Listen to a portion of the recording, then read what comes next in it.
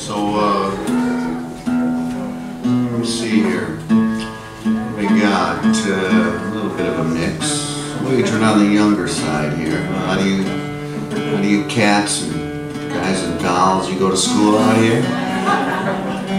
You got that Sheffield University when you walked through today with those fancy coffee shops, a lot of Starbucks and Costa Coffee. A lot of personality there.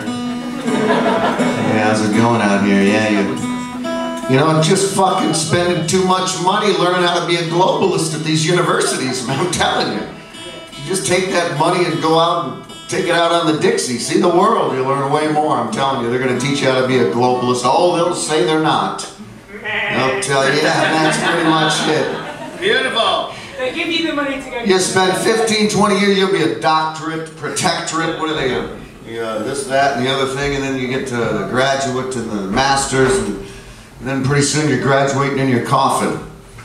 That's kind of how it works, people. I know people have been going to school for 40, 50 years. It's pathetic, I tell you. They're still going to classrooms, you know.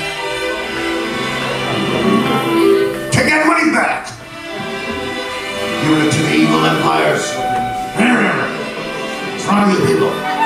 Spend the money yourselves. Tell your parents to give the money to you, and then you go to Cambodia, go to Antarctica, fuck a penguin, anything.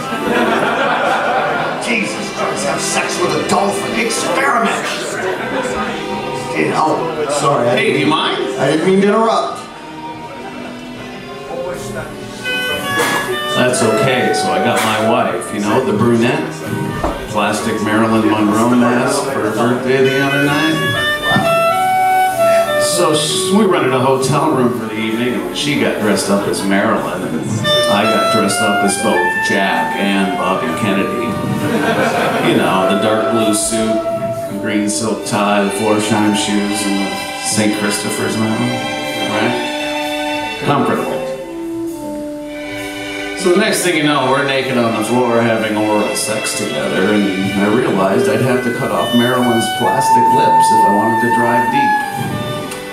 I've got them right here in my pocket. Would you like to see them? There's too many school children in here, don't bother. I guess the short dark hair just distracted me because I started moaning, "Oh, Jackie, oh, Jackie." And she started screaming, "Oh, Mr. Gable, you finally rose back up from the dead."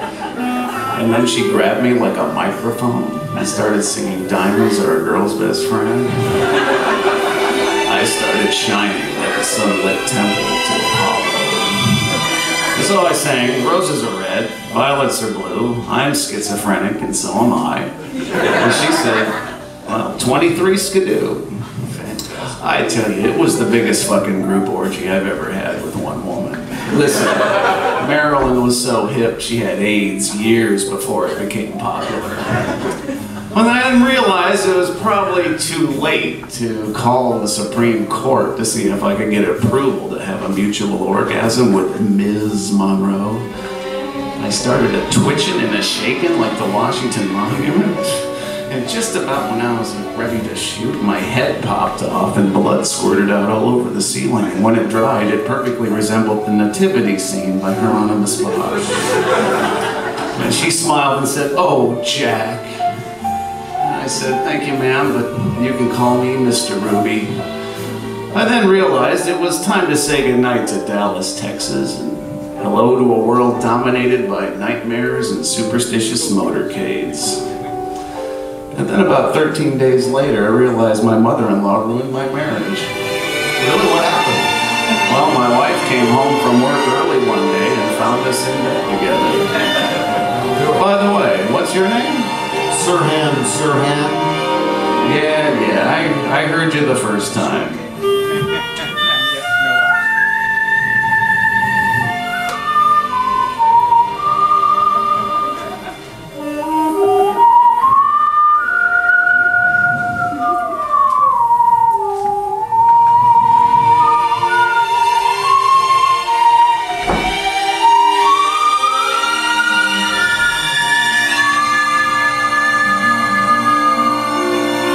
Unconnected by Charles Gocher.